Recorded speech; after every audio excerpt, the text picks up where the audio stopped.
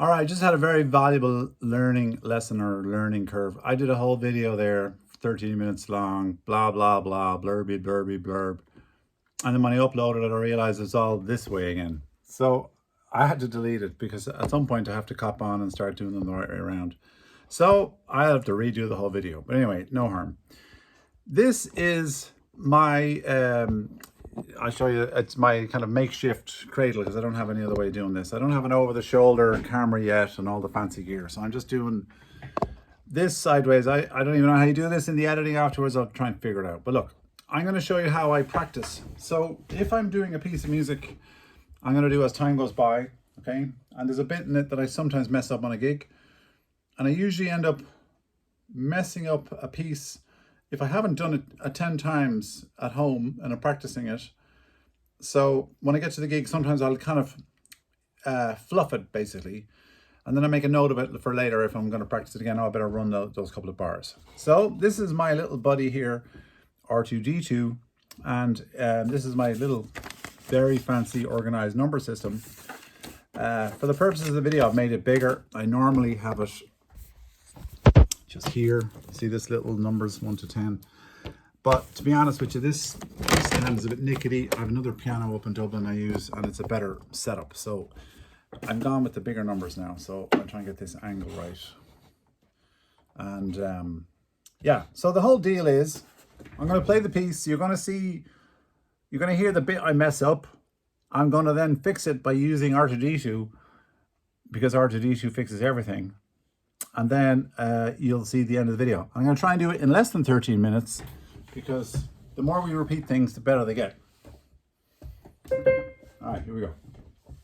First run up to the hole to fix.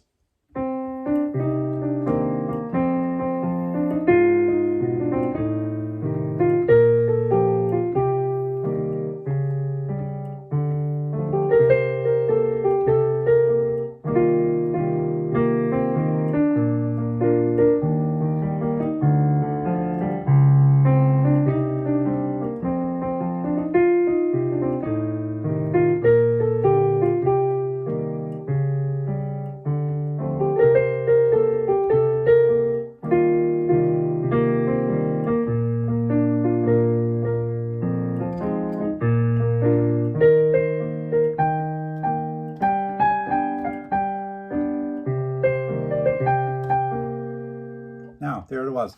So you'll hear I paused. Now, the pause indicates that I'm not 100% sure what's coming next. And it won't make a whole lot of difference if you're in a gig and you make a little pause and no one really notices. But I'll notice, and if I'm doing a whole bunch of songs in a row, if I make a little pause on a thing that I think I know well, what's going to happen is my self-confidence is going to be like, I thought you knew this one.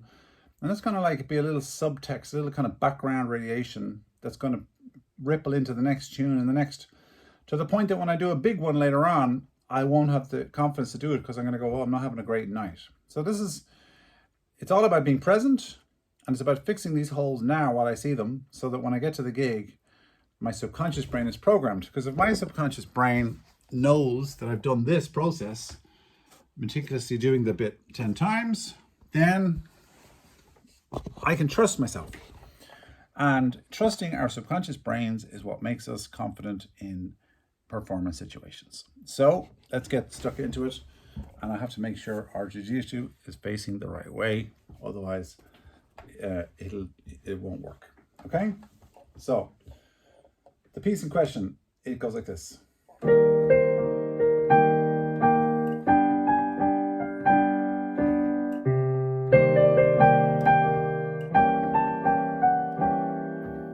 That would be 1, 2.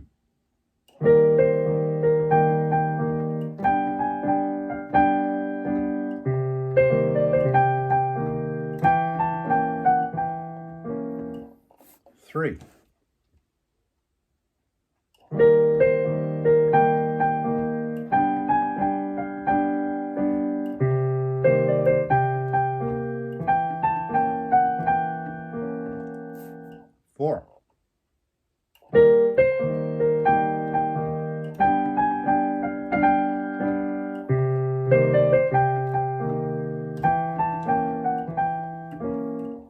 5. Now, I'm still picking up that little hint of, will I make a mess? So now I'm going to really focus on slowing it down for the next couple to fix that, to smooth over that. It's like sanding, right? So here's number 5.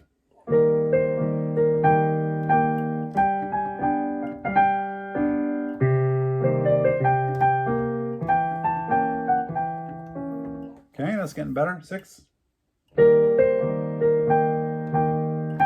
Made a mess of it. 6 again.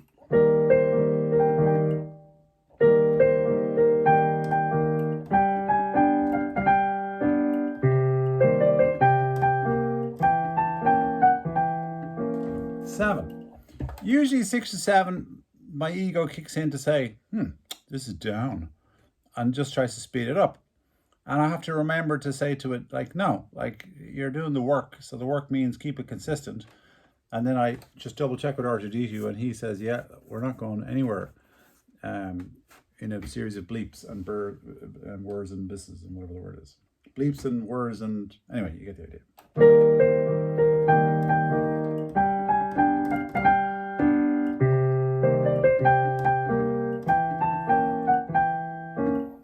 That was number 7. Number 8.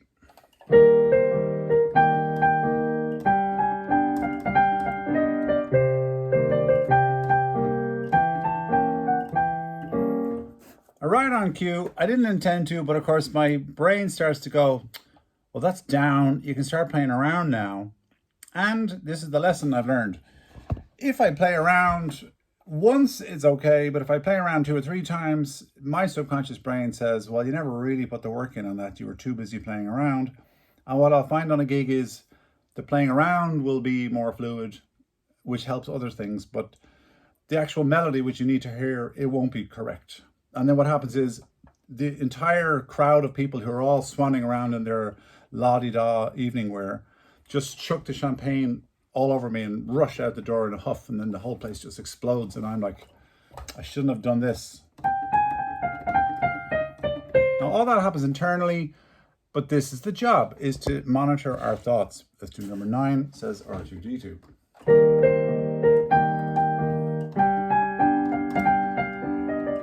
Now, after all that big speech, what do? I go and do it again. So we better do number 9 again.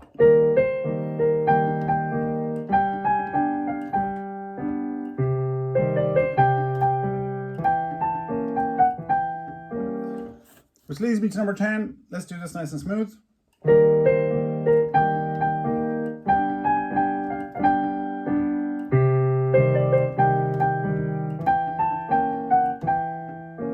And there's the 10. Now, just to reiterate what I was saying, that all took, well, it says 8 minutes here, but realistically I wouldn't have talked while doing it because that would be a bit random. So it probably would have taken more like 4 minutes, okay? 4 to 5 minutes. And then I go on to fix the rest of the tune. But the key is, I don't know where to look now on this. How does this work? Anyway, I presume the camera's in the same place. So you get the idea. I do it 10 times. And then what I normally do is I'd move on through the piece to find the next hole and fix it. That's the camera. All right. I'm going to post it now, and I'm going to see how this thing gets on doing the whole sideways thing. Okay, bye.